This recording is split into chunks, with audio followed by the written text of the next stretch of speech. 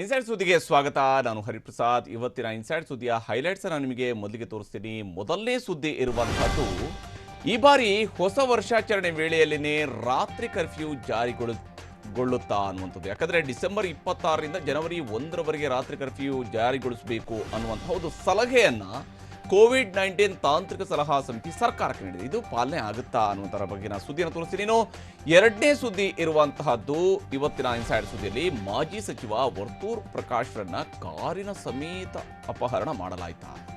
ಖಾಸಗಿ ಆಸ್ಪತ್ರೆಯಲ್ಲಿ ಅವರು ಚಿಕಿತ್ಸೆ ಪಡಿತಾರಂತೆ. ಆದರೆ ಪೊಲೀಸರಿಗೆ ಓರ್ವ ಮಾಜಿ ಶಾಸಕ, ಮಾಜಿ ಸಚಿವ ದೂರು ನೀಡಿಲ್ಲ ಯಾಕೆ ಅನ್ನುವಂಥದ್ದು ಸಹಜವಾಗಿ ಉದ್ಭವಿಸಿರುವಂತಹ ಪ್ರಶ್ನೆ. ಆ ಬಗೆಗಿನ ಸುದ್ದಿಯನ್ನು ಕೂಡ ನಿಮಗೆ ತೋರಿಸ್ತೀನಿ. ಇನ್ನು ಮೂರನೇ ಸುದ್ದಿ ಇರುವಂತಹದ್ದು, ಸಿಪಿ ಯೋಗೇಶ್ವರ್ಗೆ ಮಂತ್ರಿಗಿರಿ ಘೋಷಣೆ ಆಗ್ತಾ ಇದ್ದಂತೆಯೇ ಸಿಎಂ ಆಪ್ತ ವಲಯದಲ್ಲಿರುವಂತಹ ಶಾಸಕರೇ ಕೆರಳಿ ಕೆಂಡ ಆಗಿದ್ದಾರೆ.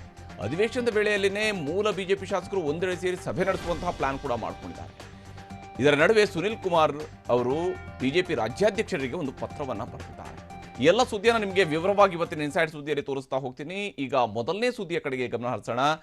ರಾತ್ರಿ ಕರ್ಫ್ಯೂ ಜಾರಿಗೊಳ್ಳುತ್ತಾ, ಅದು ಯಾವ ಸಂದರ್ಭದಲ್ಲಿ ಅಂದರೆ ನ್ಯೂ ಇಯರ್ ಸಂದರ್ಭದಲ್ಲಿ. ನ್ಯೂ ಇಯರ್ ಅಂದರೆ ನಮಗೆಲ್ಲರೂ ಕೂಡ ಗೊತ್ತಾಗಿದೆ ಯಾವ ಸ್ವರೂಪದಲ್ಲಿ ಆಚರಣೆ ಸಾಗುತ್ತೆ. ಹೊಸ ವರ್ಷಾಚರಣೆ ಅನ್ನುವಂಥದ್ದು ಡಿಸೆಂಬರ್ 31ರ ರಾತ್ರಿ, ಇಡೀ ರಾತ್ರಿ ದೊಡ್ಡ ಮಟ್ಟದಲ್ಲಿ ವಿಶ್ವಾದ್ಯಂತ ಸಡಗರ ಸಂಭ್ರಮದಿಂದ ಆಚರಿಸ್ತಾರೆ. ಹಾಗೆಯೇ ಬೆಂಗಳೂರು ಸೇರಿದಂತೆ ಕರ್ನಾಟಕದ ಉದ್ದಗಲಕ್ಕೂ ಕೂಡ ಬಹಳ ಸಡಗರ ಸಂಭ್ರಮದಿಂದ ಆಚರಿಸ್ತಾರೆ.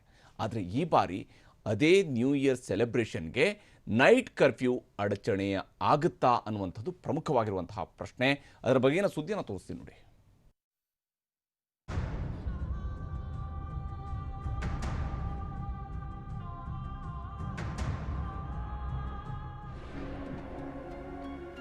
ಹೊಸ ವರ್ಷ, ಹೊಸ ಸಂಭ್ರಮ, ಹೊಸ ಕನಸಿನೊಂದಿಗೆ ಹೊಸ ವರ್ಷ ಸ್ವಾಗತಿಸಲು ಜನರು ಸಜ್ಜಾಗುತ್ತಿದ್ದಾರೆ.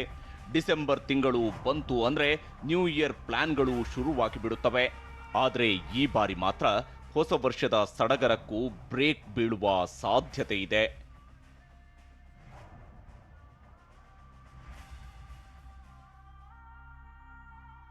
ಹೊಸ ವರ್ಷಾಚರಣೆ ವೇಳೆಯಲ್ಲೇ ರಾತ್ರಿ ಕರ್ಫ್ಯೂ ಜಾರಿಗೆ ಸಲಹೆ.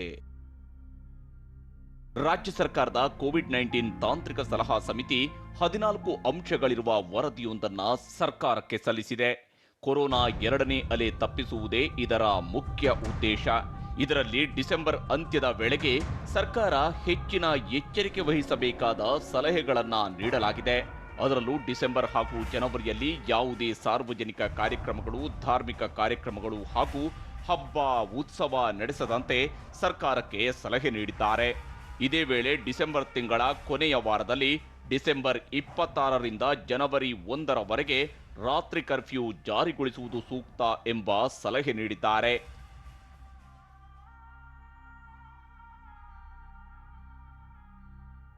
ಇಷ್ಟಕ್ಕೂ ರಾತ್ರಿ ಕರ್ಫ್ಯೂ ಜಾರಿಯಾದರೆ ಕತ್ತಲಾಗುತ್ತಿದ್ದಂತೆ ಸಾರ್ವಜನಿಕರ ಓಡಾಟ ಹಾಗೂ ಹೋಟೆಲ್, ರೆಸ್ಟೋರೆಂಟ್ಗಳು ಸೇರಿದಂತೆ ಎಲ್ಲ ಅಂಗಡಿ ಮುಂಗಟ್ಟುಗಳಿಗೆ ನಿರ್ಬಂಧ ಹೇರುವ ಸಾಧ್ಯತೆ ಇದೆ.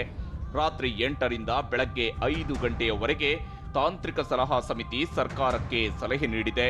ಆದರೆ ಈ ಸಲಹೆಗಳನ್ನು ನಾವು ಪರಿಶೀಲಿಸುತ್ತೇವೆ ಎಂದಷ್ಟೇ ಆರೋಗ್ಯ ಸಚಿವ ಡಾಕ್ಟರ್ ಸುಧಾಕರ್ ಸ್ಪಷ್ಟಪಡಿಸಿದ್ದಾರೆ. ಇನ್ನು ನಾವು ತೀರ್ಮಾನ ಏನು ಮಾಡಿಲ್ಲ, ಇನ್ನೂ ಸಭೆನೇ ಆಗಿಲ್ಲ. 2ನೇ ಅಲೆ ಪ್ರಾರಂಭ ಆಗ್ಬೋದು ಅನ್ನುವಂಥ ಏನು ತಜ್ಞರ ಒಂದು ಸಮಿತಿಯ ಒಂದು ವರದಿ ಇದೆ, ಅದರ ಮೇಲೆ ಇವತ್ತು ನಾವು ಸಭೆಯನ್ನು ಕೂಡ 1-2 ದಿವಸಗಳಲ್ಲಿ ನಾವು ಮಾಡ್ತೇವೆ.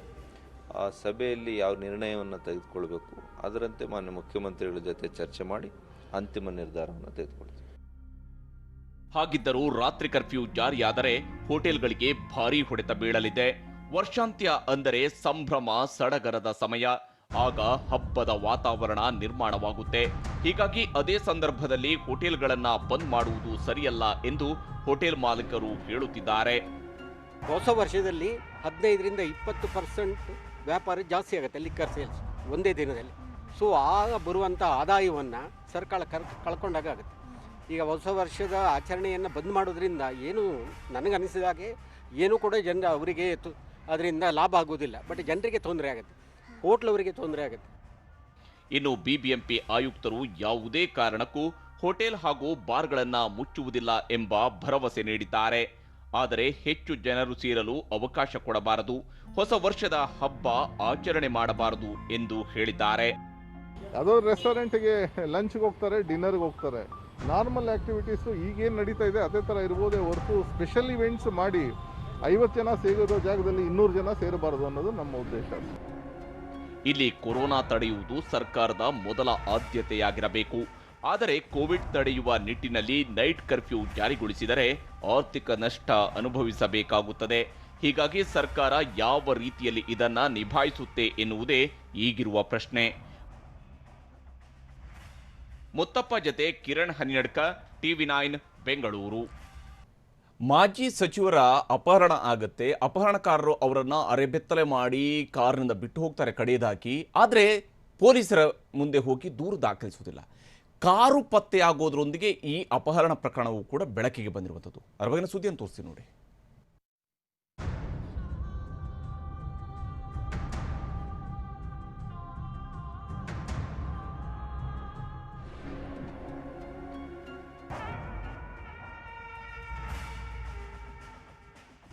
ಬೆಳ್ಳಂದೂರು ಪೊಲೀಸ್ ಠಾಣೆ ಮುಂದೆ ನಿಂತಿರುವ ಫಾರ್ಚುನರ್ ಕಾರು, ಸೀಟಿನ ಮೇಲೆ ಎರಚಿರುವ ಖಾರದ ಪುಡಿ, ಕಾರ್ನಲ್ಲಿ ಮಹಿಳೆಯೊಬ್ಬಳ ದುಪ್ಪಟ.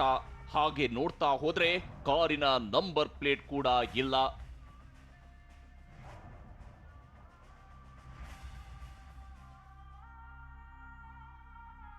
ಈ ಕಾರು ನೋಡಿದಾಗಲೇ ಇಲ್ಲಿ ಏನೋ ಅನಾಹುತ ಸಂಭವಿಸಿರುವುದು ಗೊತ್ತಾಗುತ್ತಿದೆ. ಇಷ್ಟಕ್ಕೂ ಈ ಕಾರು ಮಾಜಿ ಸಚಿವ ವರ್ತೂರ್ ಪ್ರಕಾಶ್ಗೆ ಸೇರಿದ್ದು. ಇಲ್ಲೇ ಇರುವುದು ಅಸಲಿ ಕಹಾನಿ.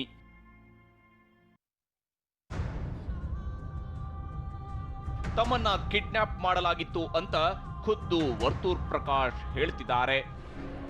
ಸುಮಾರು 8 ಜನರು ಮುಂದೆ ಇದ್ದಿದ್ದ ಕಾರಲ್ಲಿ 4 ಜನ, ಹಿಂದೆ ಇದ್ದಿದ್ದ ಕಾರಲ್ಲಿ 4 ಜನ, 8 ಜನರು ಬಂದು ನನ್ನ ಕಾರುಗಳ ಗ್ಲಾಸುಗಳೆಲ್ಲ ಒಡೆದಾಕಿ ಲಾಂಗುಗಳಲ್ಲಿ ನನ್ನನ್ನು ಇಳಿ ಅಂದರೂ ನಾನು ಇಳಿಯೋಕ್ಕೆ ಹೋಗಿಲ್ಲ.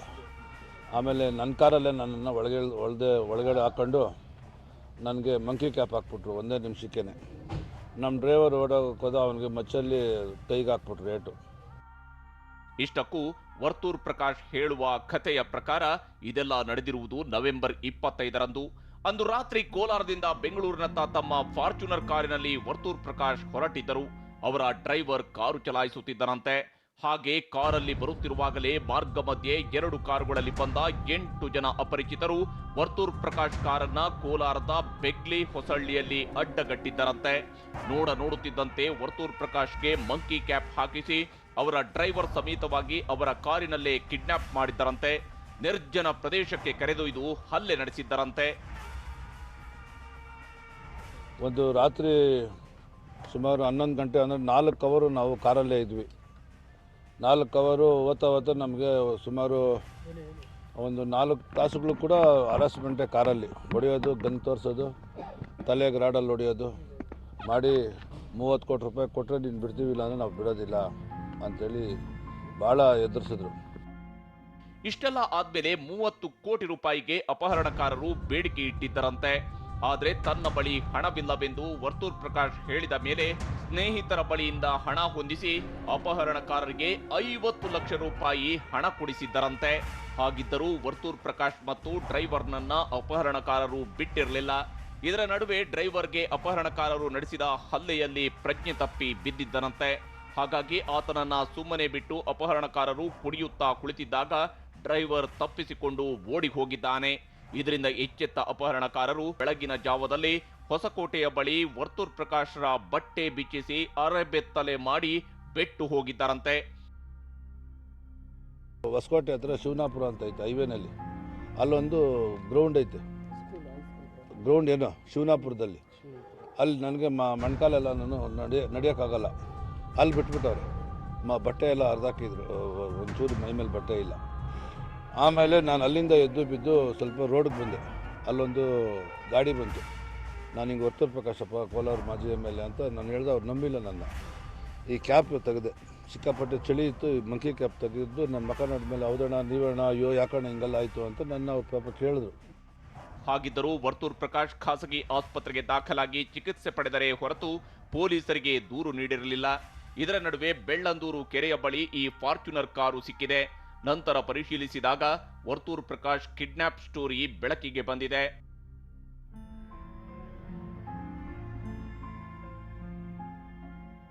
ವರ್ತೂರ್ ಪ್ರಕಾಶ್ ಕಾರಿನಲ್ಲಿ ಸಿಕ್ಕಿದ್ದ ಮಹಿಳೆಯ ದುಪಟ್ಟ ಯಾರದು? ಕಿಡ್ನಾಪ್ಗೆ ಒಳಗಾಗಿದ್ದಲ್ಲದೆ ತನ್ನ ಮೇಲೆ ಹಲ್ಲೆ ನಡೆಸಿದರೂ 2 ಬಾರಿ ಶಾಸಕರಾಗಿದ್ದ ವರ್ತೂರ್ ಪ್ರಕಾಶ್ ಪೊಲೀಸರಿಗೆ ದೂರು ನೀಡಿರಲಿಲ್ಲ. ಇದರ ನಡುವೆ ವರ್ತೂರ್ ಕಾರಿನಲ್ಲಿ ಮಹಿಳೆಯ ದುಪಟ್ಟ, ಖಾರದ ಪುಡಿ ಪತ್ತೆಯಾಗಿದೆ. ಆದರೆ ವರ್ತೂರ್ ಪ್ರಕಾಶ್ ಎಲ್ಲೂ ತಮ್ಮ ಕಣ್ಣಿಗೆ ಖಾರದ ಪುಡಿ ಎರಚಿದ್ದನ್ನ ಹೇಳಿಕೊಂಡಿಲ್ಲ. ಇದೆಲ್ಲವನ್ನೂ ನೋಡುತ್ತಿದ್ದರೆ ವೈಯಕ್ತಿಕ ಕಾರಣಕ್ಕೆ ಈ ಅಪಹರಣ ನಡೆದಿರುವ ಅನುಮಾನವಿದೆ. ಅಷ್ಟೇ ಅಲ್ಲದೆ ಖುದ್ದು ವರ್ತೂರ್ ಪ್ರಕಾಶ್ಗೆ ತಮ್ಮನ್ನ ಅಪಹರಿಸಿದ್ದು ಯಾರು ಎನ್ನುವ ಮಾಹಿತಿ ಇದೆ ಎನ್ನಲಾಗಿದೆ. ಹಾಗಿದ್ದರೂ ಈ ಇಡೀ ಪ್ರಕರಣವನ್ನ ಮುಚ್ಚಿಡಲು ವರ್ತೂರ್ ಪ್ರಕಾಶ್ ಪ್ರಯತ್ನಿಸಿದ್ದರೂ ಕಾರು ಪತ್ತೆಯ ಮೂಲಕ ಇವೆಲ್ಲವೂ ಬಿಚ್ಚಿಕೊಂಡಿದೆ. ಸರಿಯಾದ ತನಿಖೆ ನಡೆದರೆ ಮಾತ್ರ ಅಪಹರಣದ ಅಸಲಿಯತ್ತು ಬಯಲಿಗೆ ಬರಲಿದೆ.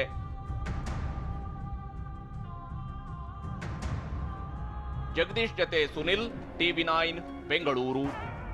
ಮುಖ್ಯಮಂತ್ರಿ ಯಡಿಯೂರಪ್ಪ ಅವರೇನೋ ನಿನ್ನೆ ಸಿಪಿ ಯೋಗೇಶ್ವರ್ಗೆ ಮಂತ್ರಿ ಸ್ಥಾನವನ್ನು ಘೋಷಿಸಿದ್ರು. ಆದರೆ ಇದೀಗ ಬಿಜೆಪಿಯಲ್ಲಿ ಬಿರುಗಾಳಿಯನ್ನ ಎಬ್ಬಿಸ್ತಾ ಇದೆ. ಅದರ ಬಗ್ಗೆ ಸುದ್ದಿನ ತೋರಿಸ್ತೀನಿ ನೋಡಿ.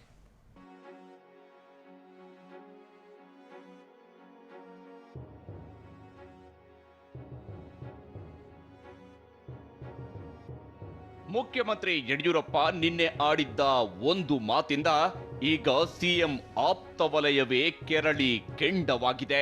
ಸಚಿವ ಸಂಪುಟ ವಿಸ್ತರಣೆ ವೇಳೆ ಸಿಪಿ ಯೋಗೇಶ್ವರ್ಗೆ ಮಂತ್ರಿಗಿರಿ ಕೊಡುವುದು ಪಕ್ಕಾ ಎಂದು ನಿನ್ನೆ ಸಿಎಂ ಘೋಷಿಸಿದರು. ಯೋಗೇಶ್ವರ್ಗೆ 100ಕ್ಕೆ 100 ಮಂತ್ರಿ ಮಾಡ್ತೀವಿ. ಯೋಗೇಶ್ವರ್ಗೆ 100ಕ್ಕೆ 100 ಮಂತ್ರಿ ಮಾಡ್ತೀವಿ. ಇದರ ಬೆನ್ನಲ್ಲೇ ಸಿಎಂ ಆಪ್ತ ಶಾಸಕ ಎಂಪಿ ರೇಣುಕಾಚಾರ್ಯ ಇಂದು ಬಿಜೆಪಿ ರಾಜ್ಯಾಧ್ಯಕ್ಷ ನಳಿನ್ ಕುಮಾರ್ ಕಟೀಲ್ರನ್ನ ಭೇಟಿಯಾಗಿದ್ದಾರೆ. ಪಕ್ಷನಿಷ್ಠರು ತಾವೆಲ್ಲ ಇರುವಾಗ ಸೋತು ಎಂಎಲ್ಸಿ ಆಗಿರುವ ಯೋಗೇಶ್ವರ್ಗೆ ಮಣೆ ಹಾಕೋದು ಯಾಕೆಂಬ ಬೇಸರವನ್ನ ಬಿಜೆಪಿ ರಾಜ್ಯಾಧ್ಯಕ್ಷರ ಮುಂದೆ ತೋಡಿಕೊಂಡಿದ್ದಾರೆ. ಇದೇ ವೇಳೆ ಯೋಗೇಶ್ವರ್ ಹೆಸರು ಹೇಳುತ್ತಲೇ ರೇಣುಕಾಚಾರ್ಯ ಕಿಡಿಕಾರಿದ್ದಾರೆ. ನೋಡಿ, ಆ ವ್ಯಕ್ತಿ ಹೆಸರನ್ನೇ ನಾನು ಕೇಳಿಲ್ಲ. ಯಾಕೆ?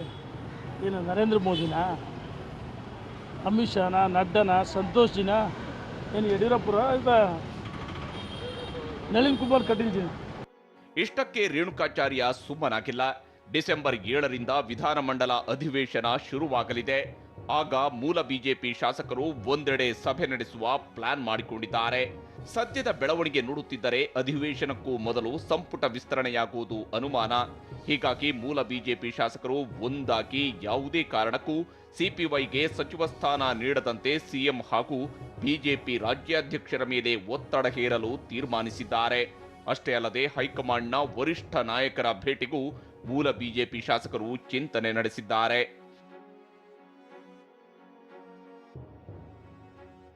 ಹೀಗೆ ಪಕ್ಷದಲ್ಲಿ ಒಡಕಿನ ಧ್ವನಿಗಳು, ಸಚಿವ ಸ್ಥಾನ ಸಿಗದ ಅಸಮಾಧಾನ, ಮೂಲ ವಲಸಿಗ ಎಂಬ ತಿಕ್ಕಾಟ ಜೋರಾಗುತ್ತಿರುವಾಗಲೇ ಸರ್ಕಾರದ ಮುಖ್ಯ ಸಚೇತಕರಾಗಿರುವ ಕಾರ್ಕಳ ಶಾಸಕ ಸುನಿಲ್ ಕುಮಾರ್ ಬಿಜೆಪಿ ರಾಜ್ಯಾಧ್ಯಕ್ಷ ನಳಿನ್ ಕುಮಾರ್ ಕಟೀಲ್ಗೆ ಪತ್ರ ಬರೆದಿದ್ದಾರೆ.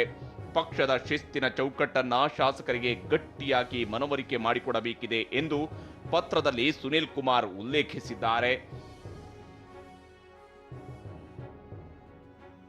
ಅಂದಹಾಗೆ ಶಾಸಕರ ಸಭೆ ಕರೆಯಲು ಸಿಎಂಗೆ ಪತ್ರ ಬರೆಯುವುದು ಸಾಮಾನ್ಯ. ಆದರೆ ಈ ಬಾರಿ ಪಕ್ಷದ ವಿಪ್ ಆಗಿರುವ ಸುನಿಲ್ ಕುಮಾರ್ ನೇರವಾಗಿ ರಾಜ್ಯಾಧ್ಯಕ್ಷರಿಗೆ ಪತ್ರ ಬರೆದಿರುವುದರಿಂದ ಸಚಿವ ಸಂಪುಟ ವಿಸ್ತರಣೆಯ ವೇಳೆ ನಡೆಯುತ್ತಿರುವ ಬೆಳವಣಿಗೆಗಳಿಂದಾಗಿ ಸಿಎಂ ಯಡಿಯೂರಪ್ಪರಿಂದ ಬಿಜೆಪಿ ಶಾಸಕರು ದೂರ ಸರಿಯುತ್ತಿರುವುದು ಸ್ಪಷ್ಟವಾಗಿ ಗೋಚರಿಸುತ್ತಿದೆ. ಇದು ಮುಂದೆ ಇನ್ಯಾವ ಸ್ವರೂಪ ಪಡೆದುಕೊಳ್ಳುತ್ತೆ ಎನ್ನುವುದೇ ಈಗಿರುವ ಕುತೂಹಲ. ಕಿರಣ್ ಹನಿಯಡ್ಕ, TV9 ಬೆಂಗಳೂರು.